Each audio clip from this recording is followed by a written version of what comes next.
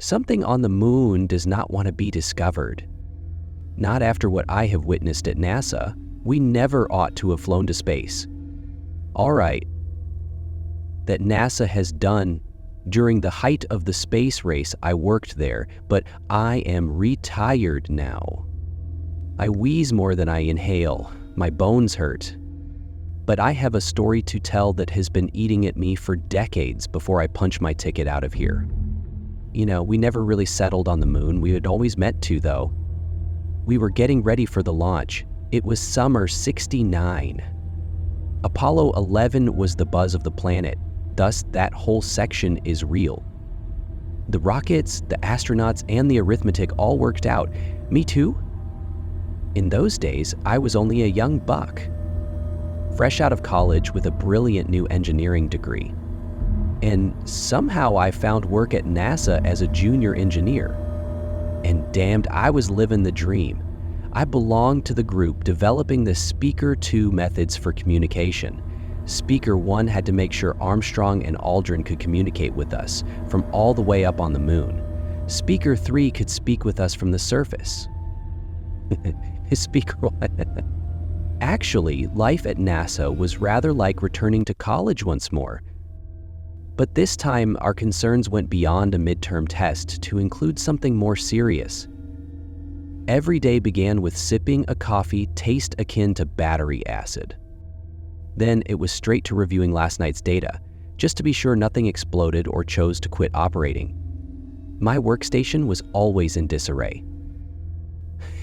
Full of scribbles created at 2 a.m., I had papers all around hoping they would make sense in the morning.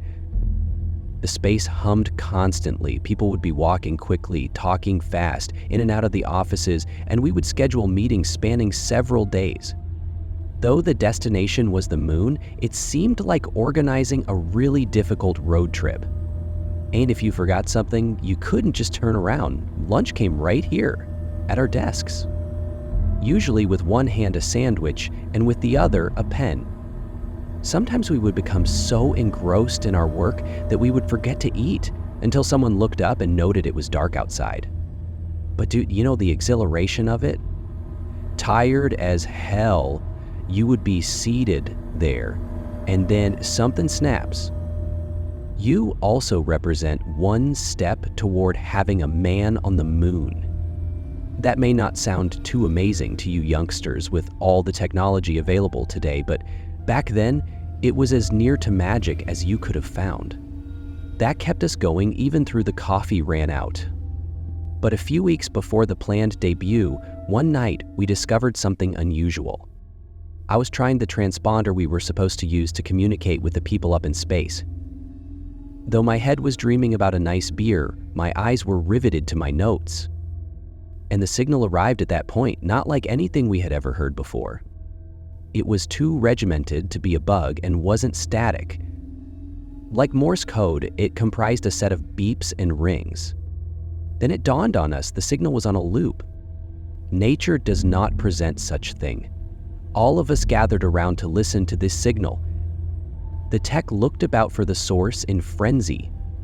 Perhaps some cables crossed each other or, signals got confused. We searched everywhere to be sure there was no kind of interference. Hell, possibly the Russians were fooling about with us. We did discover the source at last, though, and the signal came from outside space. Though we're not sure how, the statistics was right there before our eyes. When we learned, the air seemed to drop a few degrees. Except for that beeping via the speakers, the room was still. I recall checking over Carl, my supervisor. He was a man who had experienced everything. He was in there exactly as the space race was starting. He entered white as a sheet. He fixed his eye on the speakers like he would have seen a ghost. "Shut it off." "At last," he declared, his voice no more than a whisper. The next several days were a haze of meetings, rumors, and more coffee. The exhilaration had become a tension so thick you could cut with a knife. Trajectories and fuel calculations were no more topics of discussion. Not one, right now, all we spoke of was that signal. That signal first seemed unlike anything we had heard before. It transcended mere beeps and rings. Under your skin, this complicated mix of sounds started to irritate you. The sounds overlapped one another. It had layers, almost like a song. We considered it as a message, maybe even a warning. Simply said, we couldn't solve it. But until we achieved that, we cannot launch. That meant them staying up all night with the team. Nights became a haze. Most of us stayed in the offices huddled over the equipment, repeatedly trying to crack the signal by continuously replaying it. Our eyes fixed on printouts, ears assaulted with that terrible sound. You know, part of the excitement was the actual idea of interacting with something out there despite everything. But the thrill soon gave way to real quick frustration. We ran the signal through every piece of analytic program we possessed, broke it down, searched for repetitions or trends, anything that would provide a clue. But it was as though reading a book with pages absent. We thus summoned in the big guns some NSA codebreakers as well as some military might. These people were the very finest of the greatest. They were employed in handling the kind of secrets capable of starting or ending conflicts. It was them, or so we believed, if anyone could crack it. They arrived with sober faces and briefcases. They started in an empty lab and set themselves up. Days passed, then weeks. We watched them, expecting for some advancement, but it never materialized. Their expressions ranged from resolute to perplexed to basically disgusted.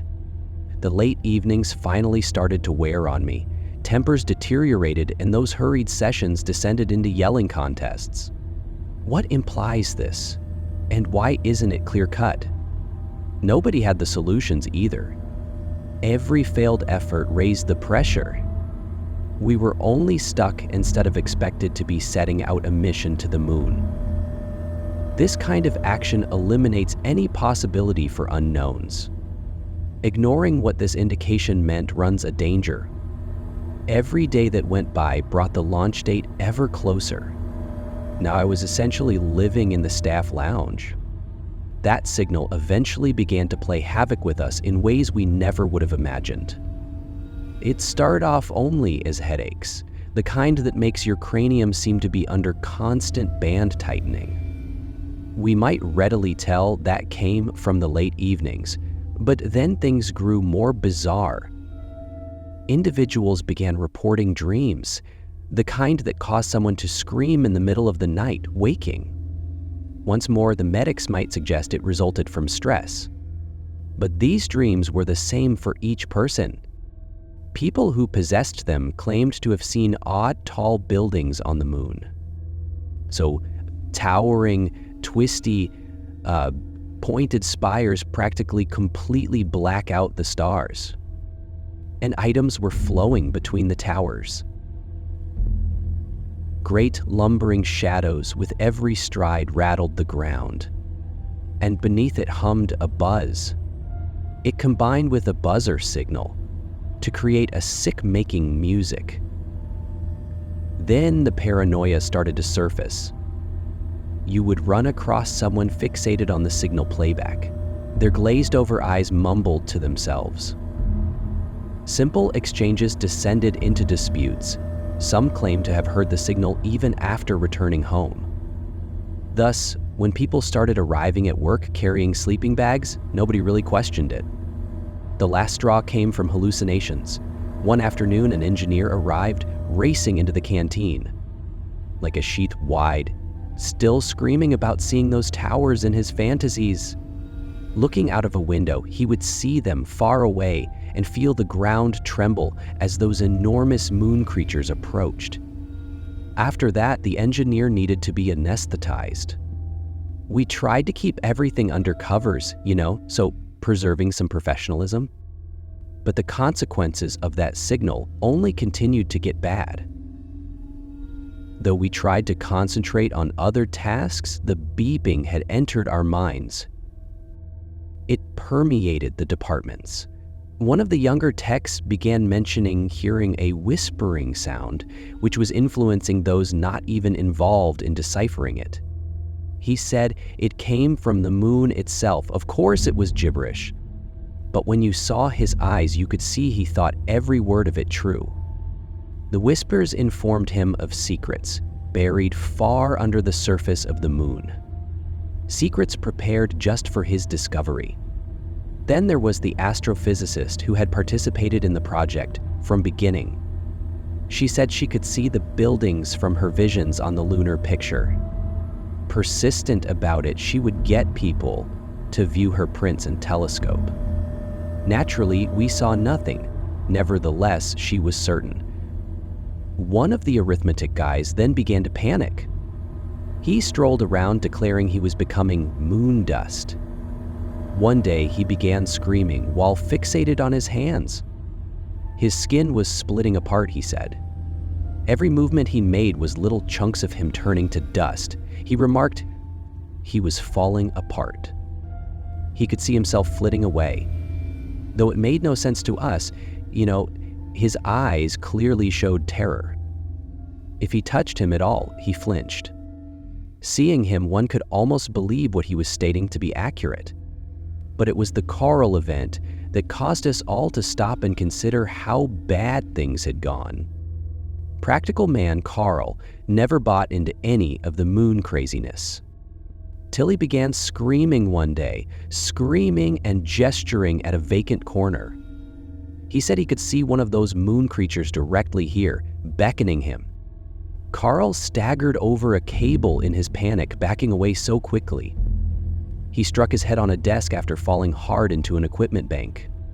He was gonna have sutures. And that was the cry to wake every one of us. This went beyond weariness or worry. The signal was doing something real then, physical, something actual. NASA thus entered fully in damage control mode. They began gathering everyone who spoke excessively about the signal or behaved strangely. They had to be given particular care within a quarantine area. To house them, they divided off an unneeded wing of the university. Not long, though, before more persons reported to be turning into moon dust. The zone of quarantine filled rapidly.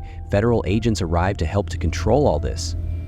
Their stiff clothing and stiffer looks would let you see them a mile away. They went around as though they owned the town.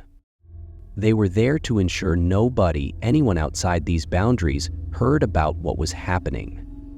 Then all of a sudden we had performers grinning at cameras at press conferences, posing as NASA scientists, discussing the quality of the mission preparation. And they told me not to leave and slammed additional stuff on the desk. But I began to see it then, moon dirt. My intellect at least informed me it was moon dust. I had no means of really checking. But I noticed granular white sand gathering in the corners of my workplace. Every dot on my papers, even on my keyboard, glittered like it housed a diamond. I suppressed every impulse, though, to share with someone. The last thing I wanted was to find myself quarantined or worse. I therefore remained silent. I acted as though I missed the dust and that from my fantasies they were not forming those towers. I had to stay on working. I had to split that signal. It was the only remaining logical item. NASA was nevertheless dead bent on keeping the show on the road when everything went backwards. The circle of us still probing at that signal has contracted to only a handful. The rest of the crew was present for the launch on deck. Basically, the astronauts were kept in the dark regarding the entire matter. They were not let to truly converse with any of us. The higher-ups were concerned about perhaps contracting this moon craziness. But things grew much more bizarre as the debut day approached. We were getting ready for what ought to be a regular systems check. We had done 100 times just before this. Nothing went properly just this moment. It began little, machines stopping, nonsensical readings. We restarted, verified the codes twice, and performed diagnostics. Typical drill. Then the primary control devices simply lost all sense. Rather to the usual readings, we received odd symbols none anybody understood. We attempted to avoid the impacted systems, but it seemed if the signal, that is, whatever the heck it was, had jumped from our heads into the equipment, commands were either disregarded or worse, transformed into nonsense. And then the test module's telemetry data, it descended into chaos. 1 second, it displayed the module on the launch pad as you could want. It was then registering it as though it were already in lunar orbit. Impossible readings. The launch sequence, starting entirely on its own, marked the last straw. Blared alarms, lights shone, we scrambled, snatching cords and banging at the keyboards. The line came to an end. I want thanks to the stars. Damage was done though, and this was not something one could clarify. Rebooting and recalibrating cannot erase the reality that our computers were hacked. The launch had to be delayed. We officially ascribed it to a technological fault. Still, between us, we understood the truth. That signal represented more than simply sound in our ears or in our dreams now. Here, aggressively playing about with the launch. And those symbols, were not haphazard. They were attempting to impart knowledge to us. The failure went beyond a mere setback. It was a caution. And fundamentally, I believe we all knew that. Admitting it, however, required confronting the truth of our situation. And that was a move nobody at NASA was ready for. Uncle Sam lavished far too much money on this to merely cover current expenses. Still, I felt like I struck the jackpot, even with the whole issue around a failed systems check. Those symbols that appeared on the screens, I reasoned they might be the secret to breaking through this monstrosity. I then grabbed the pronouns and arranged them all about my office. I went over those symbols over and over most evenings. I attempted to link them with anything, old languages, celestial charts, you name it. But my hold on what was real and what wasn't began to weaken as the evenings wore on. More than once, I glanced over my shoulder, half hoping to see my workplace covered in moon dust. It was starting to affect me, causing me to wonder what would break first, the code for my sanity. One night later, though, I dreamed, describing it vivid.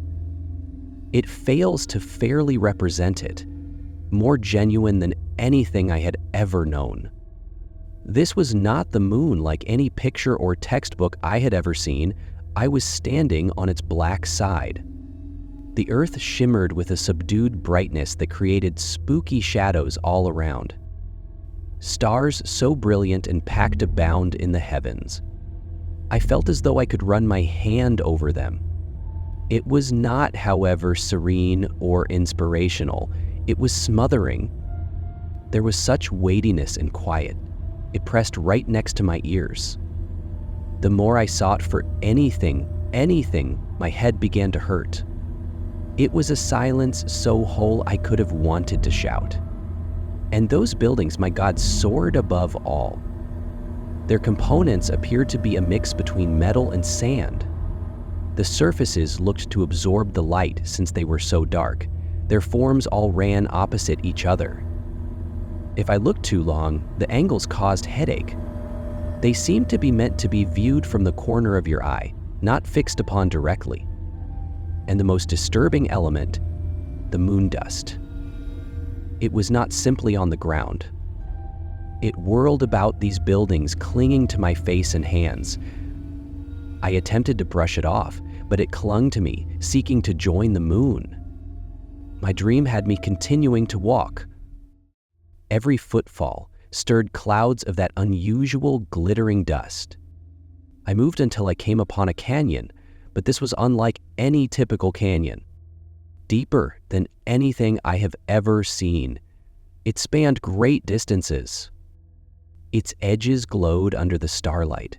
The sides were sharp like massive teeth. And it felt warm as well.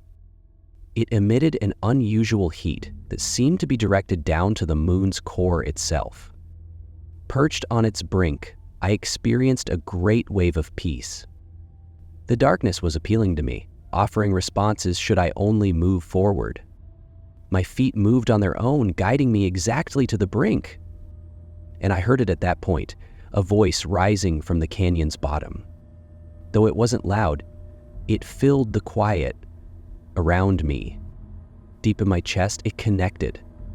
Third speaker, you are not fit here. Speaker 1 mentioned quiet and melancholy. You are who? I inquired. Speaker 1 answered, Speaker 3 is what you refer to as the moon. Speaker 3, albeit I am not only rock and gravel. You cannot comprehend the way I am living. Why are you sharing this with me, Speaker 1? I started questioning. I found myself pulled to the voice. Speaker 3, your type aims to claim me as a conquest by walking upon my surface. The alert came from the signal, one does not welcome you here. Because you are not ready, not because I desire to hurt you. First speaker, not ready for what I? Third speaker inquired, for the reality existing outside your earth. This universe contains objects older and more massive than your human comprehension. You call it exploration and stretch forth hands stained with blood. The first speaker made me defensive. I wanted to confront him, but the voice carried on. Third speaker, Jim Marshall, I am not blaming you. Curiosity drives you. This is a quality I respect. Listen to my warning though, some doors are closed for a purpose. Not open them. What are you shielding us from? Speaker 1 I sought. Speaker 3, I guard you from the past that should not be remembered, from the gloom from which even light cannot flee. Your path should go onward, rather than backwards into the darkness. You should not bring some other entities from Earth to the stars. Speaker 1. The voice vanished and I stood at the brink of the canyon. Now it felt consoling, the warmth of the canyon, like a polite reminder of the chat. The dream seemed more actual than any waking experience I had ever known, and the recollection of it hung around me when I woke up at last. Early sun across the desk, I sat in my office. I understood then what had to be done. The goal had to be shelved. I couldn't ignore the moon after it had spoken. Rising from that dream, it felt as though one reality was being pulled from under us into another. Right on my desk was a report. Though I couldn't recall when I had produced it, it was in my own handwriting. It was a signal translation grounded on the symbols I had gathered. The argument was set out really precisely. I considered how I might have missed it for so long. All of it was available in plain text. The moon's advice to keep away is a warning. I took the report and headed toward NASA's upper brass section. I had to show them what I had found and wrote about. I sensed somehow that day was a meeting day. I knew the conference room they would be in and that nobody would stop me from getting there. I ran inside the conference room to discover the project head speaking quietly. We cannot go, I said, holding up the report. We had to call off the trip. Like I had lost my wits, they stared up at me. I attempted to clarify so they would get reason, but the room erupted in signal before I could go far. Starting blaring louder and more piercing than before, phones, computers, every other technological gadget started. Dust began to settle in the room's corners, much as moon dust from my dream. And it was not merely settling like ordinary dust. It whirled and thickened in corners, as if it were alive, as if it sought to bury us in it. People grab their ears in agony as the noise covers us. Everybody began to get anxious. They couldn't drown out the sounds even though they were staring forward. Everywhere was the sound, inside us, hammering on our heads. People started to drop then, as though the sound turned on a switch. It was like seeing one after the other dominoes collapse. People would grasp their heads, yell, then simply fall. Some sought to stiffen themselves against walls or tables. But down they sank, heaving onto the floor in piles. Eventually, they would also begin to bleed. Starting as a minor nosebleed here and there, it soon got considerably worse. From nose and ears, the blood would start flowing. The contrast was astonishing. That brilliant red against the room's harsh lighting, panic evolved into horror. The iron smell of blood permeated the air now, which was thick with dust. It was anarchy, pure and basic. And at its core was that terrible noise. "Please," I implored. "You really must pay attention to me. The moon, it is warning us. We cannot visit that." All appeared to stop for a time. The officials fixed me in their eyes. Now my own blood stained the report I held. At last, what was occurring seemed to break through to them. I watched the head nod of NASA's top executive officer, and the room went still as soon as he did. The signal vanished recently. The choice that came next was taken silently. Unspoken but mutual, it was agreed that the launch would not take place. It was obvious we couldn't proceed following the conference. NASA had to cut down operations, but they were unable to explain the cause to the globe. They said it was technological problems, which was not quite a lie given everything around us was failing. Out of the chamber, it was like entering a catastrophe movie. Usually humming with activity, the control center was silent except for the odd moan or whimper. People were all over the place, still unconscious are some of them. Others aimed at stopping the blood flow. It was a truly terrible disaster. I then turned to see the PCs beside. Black screens devoid of even a flutter or cursor blinking. Nothing came of trying to flick a few switches and press some power buttons. Like Dorn sails, all of them dead. And the cables, my God, melted into the floor, even melting with the tiles. One could see where some had left scorch marks and sparked. Not much better was the communication gear. Everything that might broadcast a signal out or draw one in, including the radios, satellite links, anything fried. Handsets felt great to the touch. Also melting through were the movies.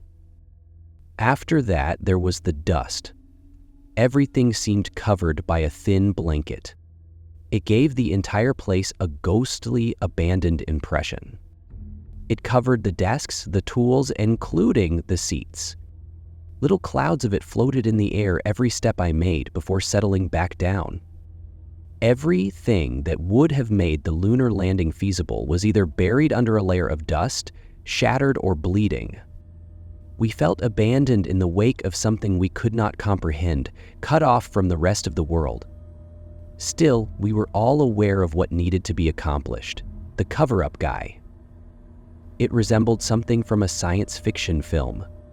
They roped in every person with knowledge of space and movie magic. Our large setups were like this. All dusty and crusted, they appeared to be the surface of the moon. Scientists like me were called in to help with legitimate look advice. They computed the astronauts' low-gravity movements, optimal paths, the folks in space.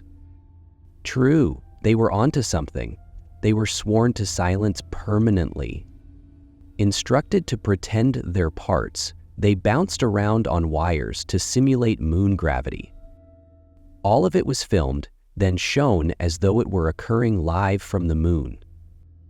They even raised a flag on the imitation lunar sand. and I was there, smack in the middle of it. I was proposing little changes to help it all seem more credible. Sometimes I woke up from more of those nightmares in which I was strolling on the moon. The voice from the canyon would whisper these minute elements, like learning how to make the flag flap without wind or get the shadows just so. I lost my grasp or whether those dreams were the moon really communicating to me. But every idea from those fantasies made the false landing seem more realistic. And I was in my office thinking of the moon while the planet was commemorating our one great leap. I couldn't stay at NASA following all that went on. Though we had no real option, faking the largest accomplishment of human space exploration didn't feel right with me. I left, but I stayed in touch with a couple people. Some of the quarantine personnel reportedly recovered, unlike anything else ever happened. The fortunate ones, they emerged from it totally memory lost. Nevertheless, not one thing from the previous week could be recalled. According to official accounts, the complex was the scene of a meningitis epidemic. NASA ascribed it to some unusual mold in the air vents. I would learn about fresh ideas to interact with what's out there or to at last get boots on the moon for real this time over the years. Still, something would always go wrong, just like clockwork does. You call it equipment failure, communication breakdowns. I also know that the moon was the target of sites for other nations with space initiatives. Indeed, some of them would claim to have sent individuals up there, but I know all that was bogus too. Nobody could get it to function, and down inside I knew the reason. That signal belonged not just to us, for all. Beyond Earth, mankind is not welcome.